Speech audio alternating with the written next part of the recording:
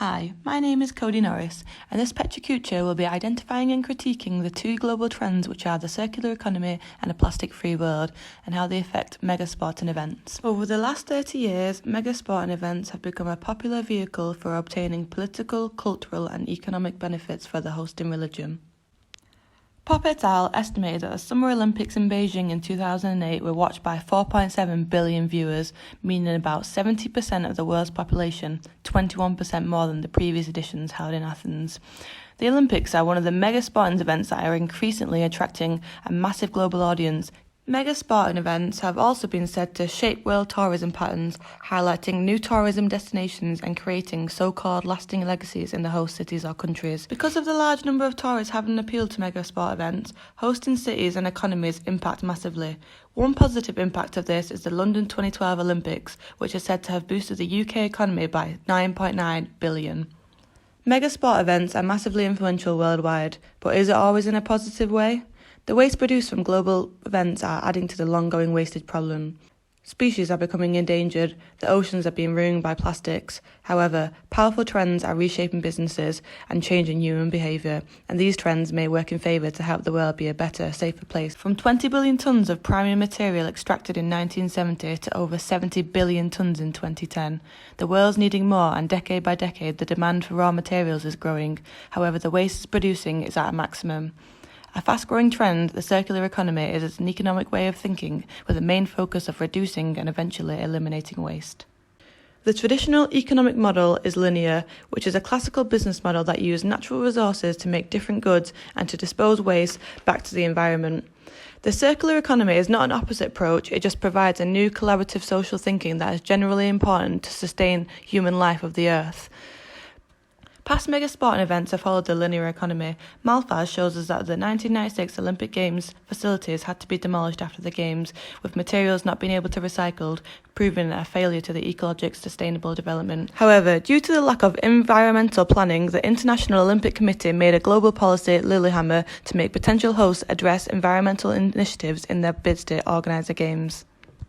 These changes affect the procurement stage of mega sporting events as it helps divert plans to circular economy and creating zero waste systems. The London 2012 Olympics followed this trend, and by planning they made targets that had been established that no waste would be produced during the Games that will be sent to landfill, and 70% of the Games waste will be reused, recycled or composted. Takumi 2019 stated that the Tokyo 2020 Olympic medals will be made from metals collected from mobile phones handed in by the public. It's gaining a good image for the Olympics as it's promoting closed-loop waste system and also gets the public involved using their mobile phones to make them feel part of making a difference. It's not just the events industry that's conforming to the trend. The circular economy is a global trend, with unions like the EU getting involved from moving from a linear economy. In March 2019, the European Commission adopted a report that presents main achievements of the Circular Economy Action Plan and shows future challenges to shape the economy towards a circular, climate-neutral economy. A push for a plastic-free world has gained momentum over the recent years. A big difference needs to be done about plastic in the global economy, with 8 tonnes going into the ocean every year. Plastic is making the wildlife endangered as well as the natural environment, and its growth of waste has meant big changes are needed today. Not only is plastic affecting the world environmentally, but the financial economy. The Ellen MacArthur Foundation estimates that 95% of all plastics are disposed after single use, representing a loss to the economy of 80 billion to 120 billion every year, without considering the negative other consequences. Little by little, mega sport events are slowly adding to the trend of becoming plastic-free. In Wimbledon 2018, there was a ban on plastic straws after 400,000 were used in 2017. And now in 2019, 500 fewer plastic bags will be used, having removing from player rackets stringing operation. This has been highly enforced by sports stars like Kevin Anderson, who was a finalist of Wimbledon 2018, stating all major tournaments to scrap plastic packaging. By having relevant sports stars publicly address the issue, it helps their fans/people they influence contribute to grow the awareness of plastic-free world in megasport events. A factor that could be helping the two trends grow could be the rise of the ethical consumer. Harrison 2005 describes this as someone who has a motive for choosing a product over another due to the concern of the effects of the environment or wildlife. In a UK service with Walnut Omnibus, a startling 75% of the public indicated that they have become more conscious about the consumer items, including plastic, materials, dairy and meat. This could impact on mega sport events if they don't do anything about the environment, as it could look bad from the consumer's point of view, which may affect financial aspects as well as the sustainability of an event. It is important to follow trends surrounding the environment.